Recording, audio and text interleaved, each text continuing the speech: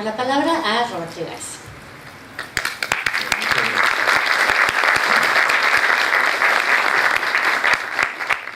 Muchas gracias. Gracias a las autoridades por la invitación, una vez más. Agradezco sinceramente. La verdad es que me sorprende cuando usted habla de polémica, porque pasamos un largo rato conversando los cuatro para que no lo haya, para comportarnos bien, etcétera, y usted de pronto nos llama a que polemicemos, que aticemos, que haya debate, tiene que haber, si no hay rating. Bueno, a mí me toca de telonero hoy, así que en realidad vengo aquí simplemente a disparar algunas ideas, sí, al aire, que pueden servir para contextualizar un poquito lo que seguramente con mucho carácter y de manera muy asertivamente cada uno de los tres que siguen van a hacer con mucha eficiencia.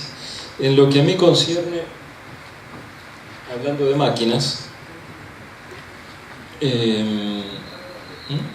sí, vamos a ver,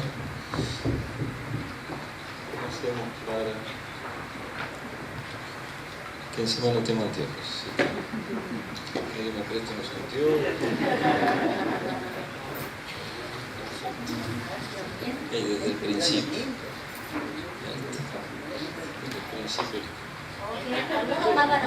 No, ahí van bien. Muy bien. Bueno,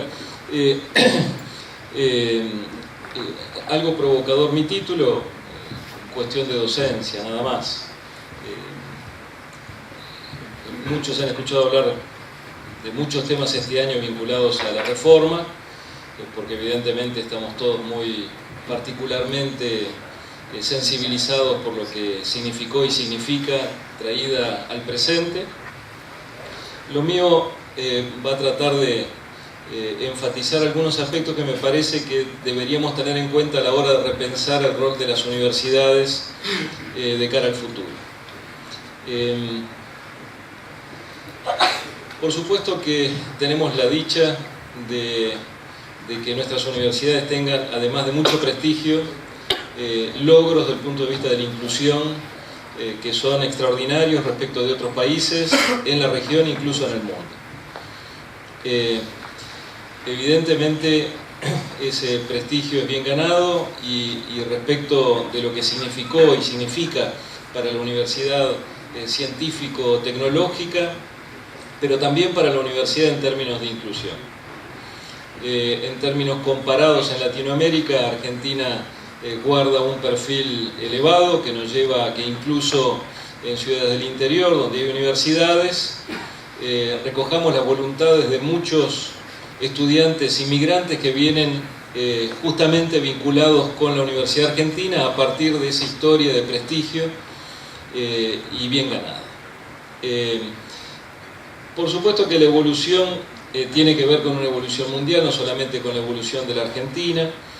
La Universidad Argentina ha progresado significativamente en las últimas décadas como sistema universitario en términos de diversidad, de oferta académica, creciendo mucho en términos de posgrado, lo que evidentemente tiene una sintonía con el campo profesional, con los campos profesionales que han demandado que la universidad se haga cargo de esas necesidades, a veces latentes, a veces más emergentes, a veces bien explícitas, a veces simplemente inspiradoras.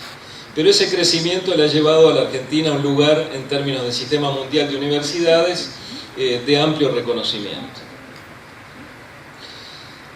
Decíamos que el trayecto que ha recorrido el sistema universitario es un trayecto que acompasa lo que ha sido el crecimiento del sistema universitario a nivel mundial.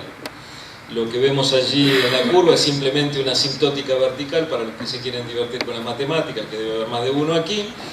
Esa asintótica vertical va a terminar no sé dónde, pero tiene que ver con un crecimiento, una demanda. Mucha gente adhiere a lo que significa el sistema educativo en el nivel superior, entendiendo que lo vincula estrechamente con un nivel de integración social, cultural y económica no menor, a la hora de posicionarse como ciudadano. Esto fue muy notable en términos numéricos. La Universidad Argentina pasó de la época de la Reforma de tener 7.000 estudiantes en 1916 sobre 8 millones de habitantes, lo que representaba algunos números menos del 1%, a una situación en la cual tenemos una universidad reconocida por su plano de inclusión y en procura de una mejora continua de su calidad. Y esto significa en términos numéricos 2 millones de estudiantes universitarios, estoy haciendo un grueso número, sobre 44 millones de habitantes, lo que nos sitúa por debajo del porcentaje de la población estudiantil, por ejemplo, en Estados Unidos, pero que representa un número muy importante, el 4,5% de la población argentina. Ese desarrollo no debería dejarnos en un lugar cómodo, sino por el contrario, deberíamos esforzarnos por salir de la zona de confort y preguntarnos acerca de esas jóvenes generaciones que están mirando el futuro de una manera tal vez distinta de la que mirábamos gran parte de los que estamos aquí, aunque hay una representación de jóvenes generaciones, lo que me lleva a cuidarme respecto de lo que voy a decir. Sobre todo esta parte de acá, me parece que hay un promedio menor edad. En fin, esas jóvenes generaciones que se demandan mucho respecto del futuro y pretenden encontrar en el imaginario un lugar para la universidad. Nuestra gran preocupación desde el ámbito universitario es qué lugar queremos ocupar en esos imaginarios jóvenes. Es decir, cuál es la posición que la universidad quiere jugar en esa hipótesis de futuro. Comencemos por señalar que la Argentina, respecto de las jóvenes generaciones, tiene una pirámide demográfica un poquito distinta de la pirámide demográfica de otros países en Latinoamérica. La Argentina, dicho en términos muy sintéticos, tiene todavía una forma en bala de su pirámide, por diversas razones que no vamos a entrar en el detalle. De ellas hay una población joven de mayor densidad que en otros países de Latinoamérica.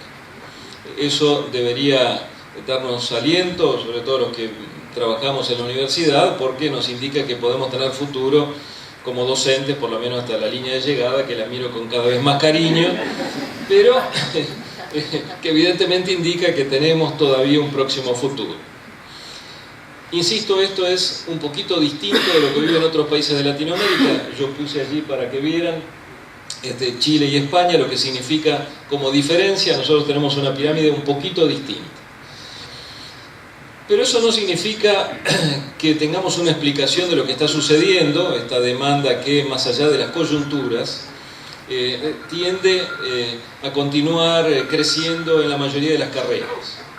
Deberíamos preguntarnos más acerca de estas jóvenes generaciones, preguntarnos de aquello que le importa en términos de expectativas.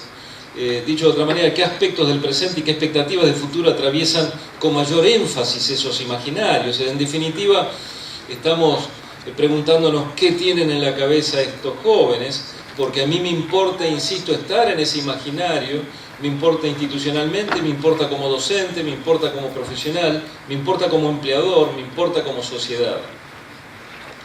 Por supuesto que me importa además cómo perciben el bienestar. Hay un cambio muy significativo, vamos a ver luego un comentario al respecto. Cómo perciben la felicidad y el éxito, muy asociados a lo largo de algunas generaciones a la universidad, el pasaje que era, por supuesto, que concluía con un rito de pasaje importante, la graduación, el diploma, eso significaba algo en ese futuro que tal vez es distinto hoy. ¿Qué aspectos relevantes de la vida personal atañen y se vinculan con el mundo laboral? ¿Cómo perciben esas dos cosas y cómo interactúan? Y finalmente, ¿qué representaciones tienen del empleo, del orden social y de la trascendencia? Algo que me preocupa particularmente. Ustedes saben que hemos venido para dejar un planeta que se supone va a ser mejor del que recibimos. Así que el paradigma de la trascendencia y cómo esta trascendencia es vista por las jóvenes generaciones me importa porque en definitiva la universidad, el sistema educativo es un sistema muy energético. Hay que empezar a polemizar, ¿no es cierto? Hasta ahora. Para que pueda responder la ministra. Entonces, es un sistema energético. Después del sistema de justicia, digámoslo con todas las letras, lo nuestro es extremadamente energético. Cambiar las cosas y desde la educación, en ambos sentidos, demanda mucho tiempo. Por supuesto que tenemos preocupación, entre otras cosas, porque un término muy empleado en los últimos tiempos, las estigmatizaciones respecto de las jóvenes generaciones se han multiplicado, con términos muy banales, a veces con un sentido, cierta vacuidad en los términos y en las referencias que empleamos, pero digámoslo con todas las letras, hay muchos jóvenes, esa heterogeneidad es poco vista en el detalle y en general los promedios siempre engañosos ayudan para situarlos en un lugar incómodo, dicho de otra manera, situarlos en el lugar más próximo del mal. Siempre fue un poquito así. Tal vez abusivamente en los últimos tiempos hemos ahondado en esa preferencia. A mí me parece que lo que hay que reconocer es que estén en el lugar en que estén las grandes transformaciones en la experiencia urbana. Recordemos que desde el año 2014, según las estadísticas de la ONU, por primera vez en la historia de la humanidad, hay más personas viviendo en las zonas urbanas, por primera vez en la historia de la humanidad, respecto de las zonas semiurbanas o rurales. Así que esas grandes transformaciones, me parece que a su vez asociadas a los métodos de producción, tienen mucho que ver en cómo los jóvenes se insertan, cómo se vinculan con esos métodos de producción, cómo entienden la ciudad, cómo la decodifican, cómo entramos sus propios universos simbólicos con universos simbólicos que son muy complejos, muy estructurados, muy de rutina, muy mecanizados. Por supuesto que entre esos jóvenes uno puede encontrar jóvenes muy propios de esas imágenes resultantes de cualquier búsqueda en Google. Cuando ustedes pueden hacerme caso en esto, si ponen la palabrita, esa famosa palabrita tan banalmente utilizada, millennials o generación Y o algo por el estilo, que no significa absolutamente nada fuera de un contexto histórico-social, cuando quien creó esos primeros términos vinculados con generaciones, un señor llamado House, lo hizo explicando previamente que se trataba de un contexto histórico, social y político. No podemos utilizar categorías de ese modo, trasvasándolas de un territorio a otro. Pero en todos los casos, si ustedes ponen esas palabritas en un buscador, lo que van a encontrar es gente sonriendo, jóvenes, generalmente arropados del mismo modo, saliendo de los grandes centros de servicio, moviéndose en grandes urbes, en grandes ciudades. En general todos felices, claro, porque vio cómo es esto. Hay que transmitir un cierto sentido de la felicidad. Pero la verdad es que entre los jóvenes hay infinidad de jóvenes que trabajan de manera muy distinta, que se entraman con esas propuestas ciudadanas desde un lugar a veces muy distinto, y me parece que hay que reconocerlo para no dejar de señalar que entre aquellos que utilizan las tecnologías diariamente, intensiva y frecuentemente, también tenemos que distinguir a aquellos que no lo hacen. Un pequeño estudio del BID, que no fue menor, para el caso de la Argentina fueron 600 jóvenes entre 18 y 34 años, mostró que evidentemente hay una enorme brecha entre aquellos que son mostrados como propios de esa categoría y una infinidad, un universo muy importante de jóvenes que no tienen las competencias para enfrentar el mundo laboral y por supuesto quedan en el camino en sus estudios superiores. Las cifras las tienen ahí, yo no las voy a repetir, pero sepan que los jóvenes de estratos bajos tienen una brecha muy significativa en el uso de las tecnologías y en cómo se vinculan esas tecnologías con su mundo laboral. Para ir cerrando con este pequeño capítulo, tiene que ver con algunas caracterizaciones generales que me parece que son importantes señalar. En todos los casos, cuando hablamos de jóvenes generaciones, deberíamos referirnos a aquellos que son atravesados cada vez más por lo que ellos entienden derechos de nuevas generaciones, que a la vez son derechos de nuevas generaciones. Y esto tiene que ver con la hiperconectividad como derecho humano fundamental. No sé si escucharon bien. Digo, si Stephen Hessel, que redactó allá por el año 46 la Carta de los Derechos Humanos y escribió esa famosa carta Indignez-vous, pequeño librito que dio lugar a los movimientos de los indignados, por cierto, si se despertara don Stephen Hessel. Bueno, él vería estos jóvenes pidiéndole que incluyera en esos derechos humanos como derecho humano fundamental la hiperconectividad. También vería evidentemente jóvenes que tienden a recorporizarse casi con una dinámica que asombra. Hay una simbolización de los cuerpos, hay una incorporación creciente de mensajes usando lenguajes de todo tipo para arroparse frente a situaciones que pueden resultarle a veces muy áridas o muy densas, y desde ese lugar pretenden dialogar con la sociedad. Tercer punto, en el segundo importante, la incorporación de idiomas. Y cuando digo idiomas no estoy hablando solamente de lenguas portugués, chino o inglés. Estoy hablando también de buscar en las lenguas ancestrales, para muchos de ellos, alguna identificación perdida. Tercer factor que me parece que los caracteriza es el producto y el servicio. Para ellos está a un clic. No pueden entender, sino teniendo 40 aplicaciones en sus dispositivos móviles, que no haya algo que esté a la distancia de un clic. Y ahí, por supuesto, más intensa y con mayor frecuencia, lo que termina dando es un joven que resulta predecible. Predecible no por usted, tal vez, no por mí, pero por algún sátrapas de esos mercaderes de la ansiedad, esos como el que nombré hace un ratito, esa gente que sabe más de ellos que su propia madre, que sabe cuando se despiertan porque lo primero que hacen es tocar su celular que está arriba de la mesa de luz. Esa gente sabe más de esos jóvenes que nosotros como padres. Sin ninguna duda, ese registro termina haciéndolos presa de algo que llamamos métodos predictibles. La predicción, tan propio de la era de las máquinas. Cuarto, y termino con este capítulo. No se trata de gastar menos. Para ellos no va por ahí la cosa, sino de gastar de manera útil. Están pensando el costo y su vínculo con el sistema económico desde un lugar distinto, desde un lugar extremadamente distinto. Por ejemplo, perciben el valor desde un lugar distinto acerca de la calidad. Cuando usted los ve arropados, no estoy hablando de la vestimenta, estoy hablando del conjunto.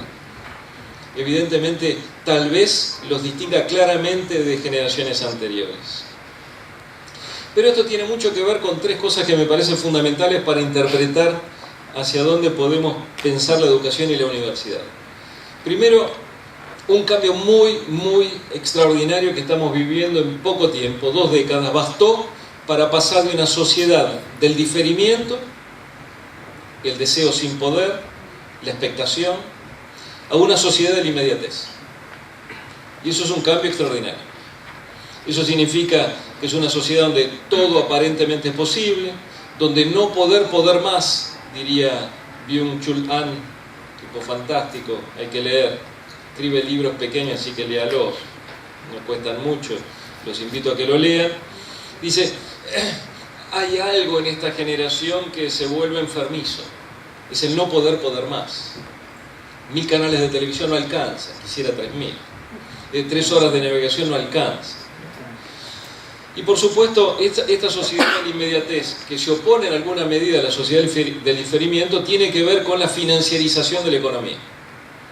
Es decir, en 3 décadas hemos pasado de un estrato social muy pequeño que accedía a las tarjetas de crédito y al crédito en general, a estratos mucho más masivos, con varias tarjetas de crédito, que pueden hacer uso en diferentes momentos y contextos, con diferentes métodos de pago, a lo que anticipan más que difieren. Sociedad del diferimiento es una sociedad de la inmediatez.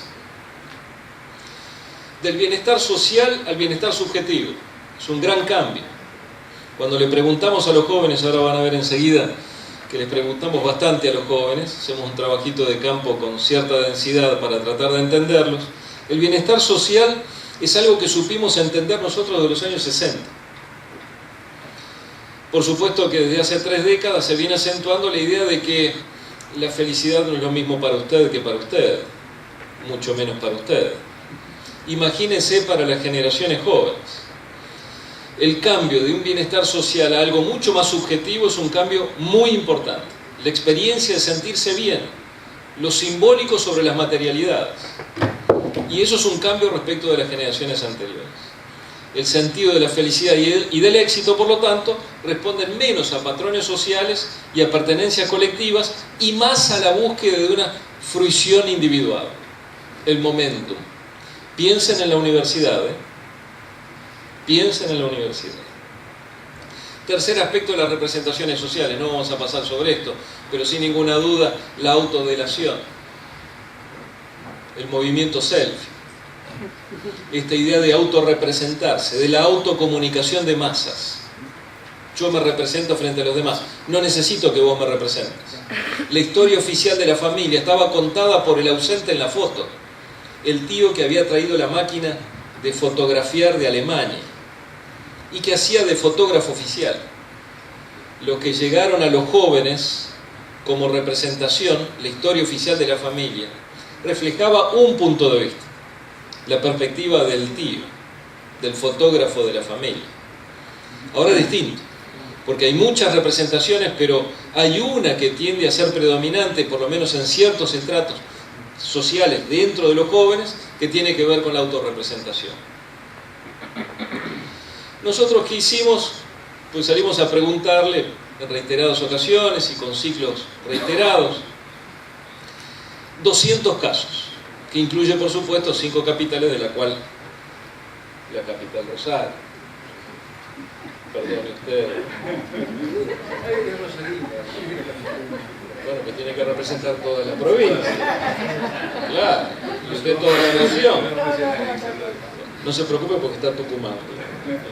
Así que hay 5 capitales. Bueno, pero en esa representación, sintéticamente, muy chiquitito, cuando le preguntamos las 3 actividades que más importan en una semana corriente, la primera, que veo que no se ve muy bien, quédense tranquilos que todavía es el trabajo. Puede dormir tranquilo. Para ellos, una pequeña mayoría, 54%, todavía lo más importante en una semana corriente es el trabajo.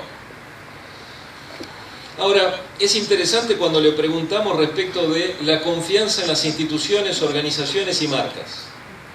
Por supuesto que le preguntamos acerca de las universidades y no están representadas, quédense tranquilos.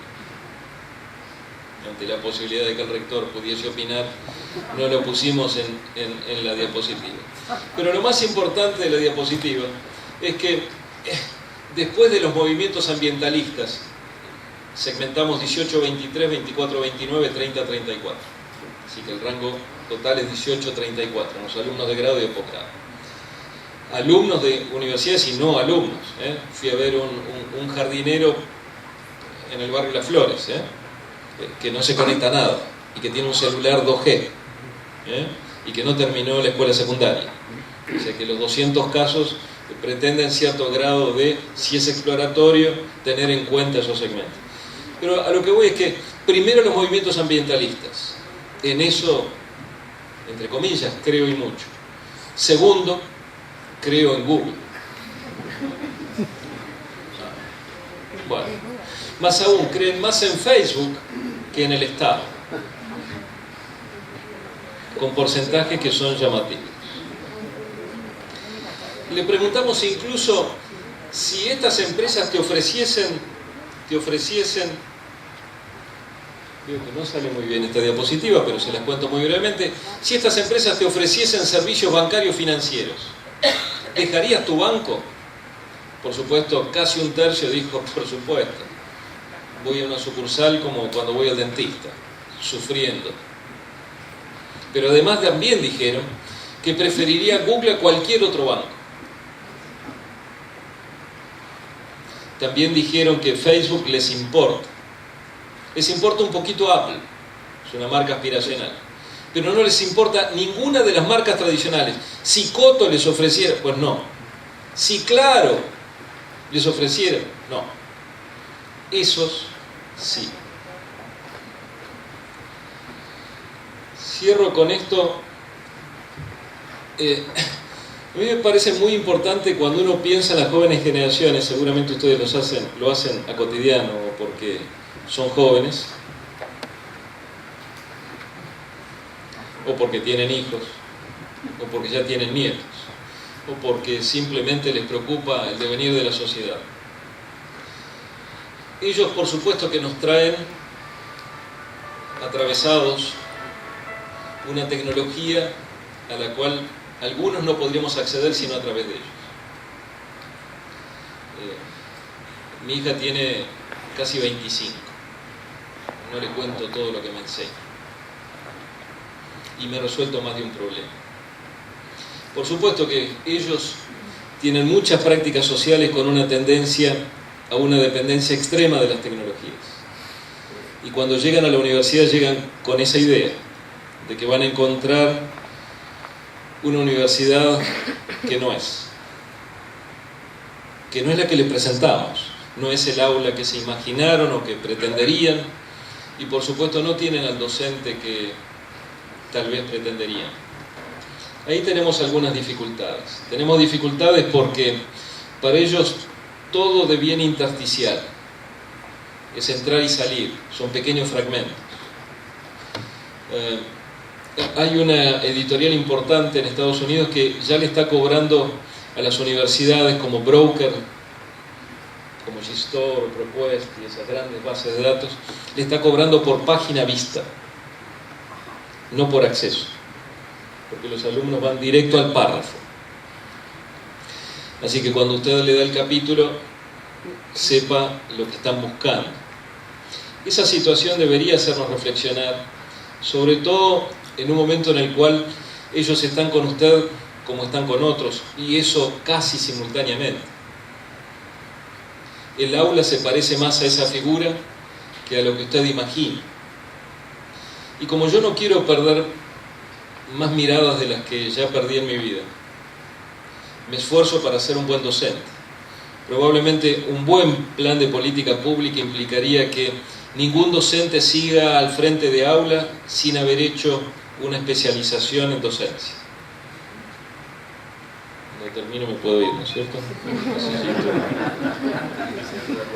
Claro, antes de que se arme la polémica.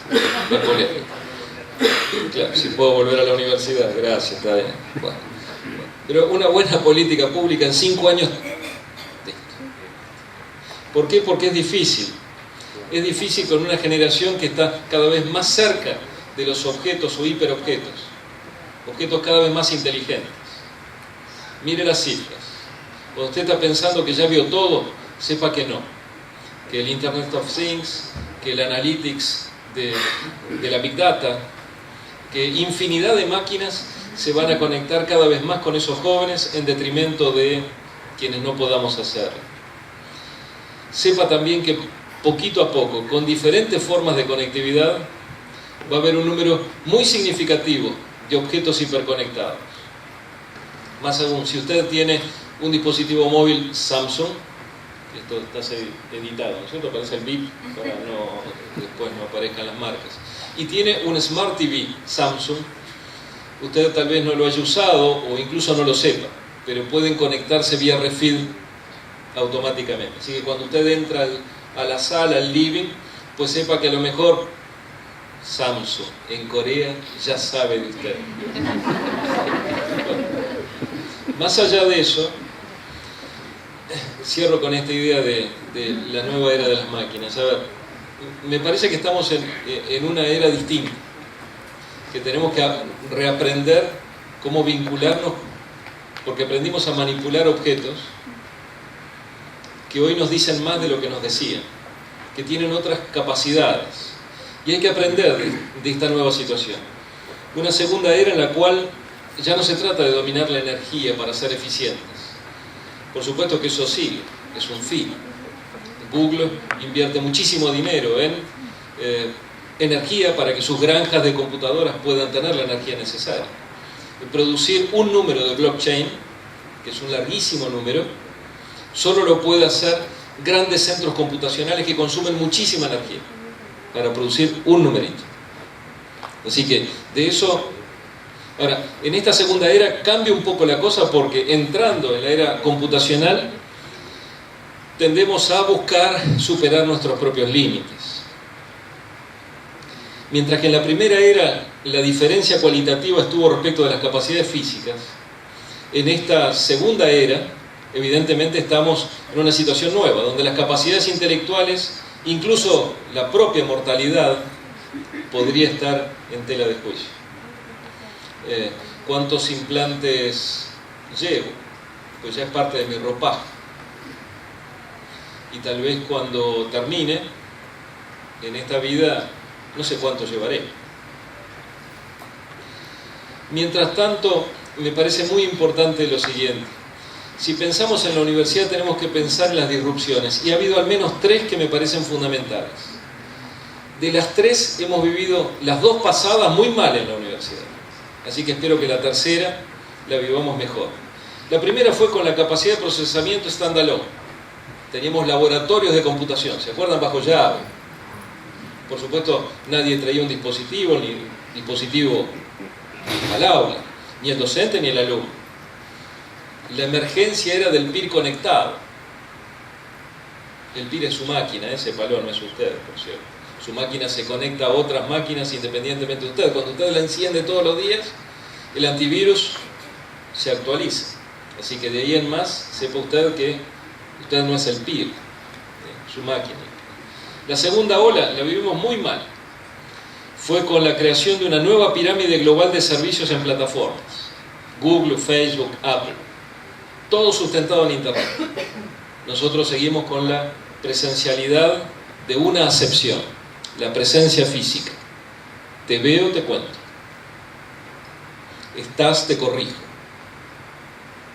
No había presencialidades, a pesar de que Internet nos brindó un término que en la norma, el señor se ocupa mucho de velar por la norma y lo hace muy bien, sabe que en los últimos tiempos, desde el año 2015, introdujimos por primera vez en una resolución ministerial, lo logramos, el término presencialidad.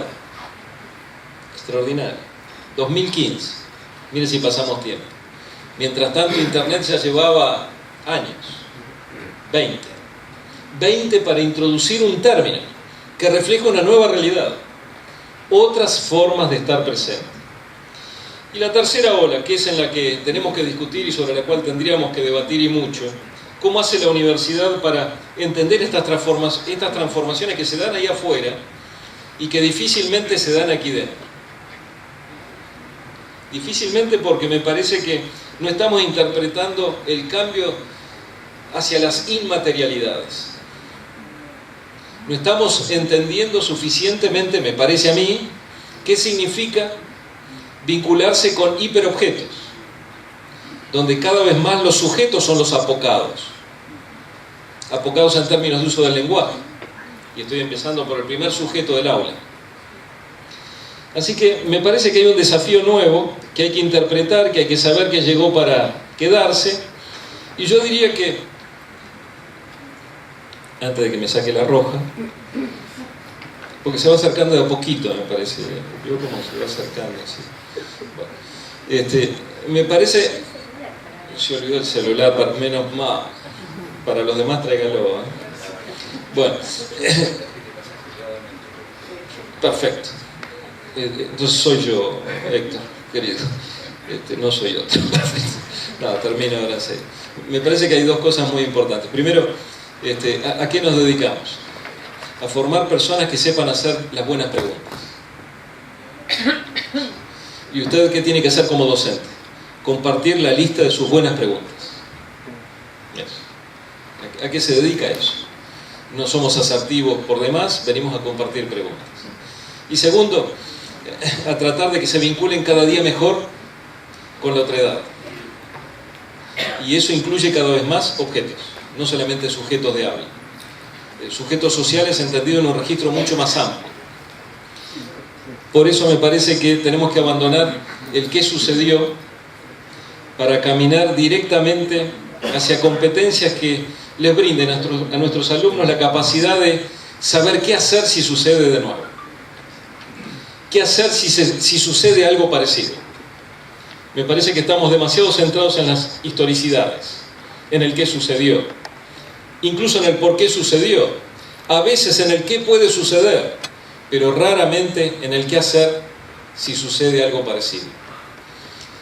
Esas son las competencias que más me interesan y sobre las cuales me parece tenemos que centrar todo nuestro esfuerzo en el ámbito universitario. Gracias Patricia por haberse olvidado del celular y a Héctor por su tiempo.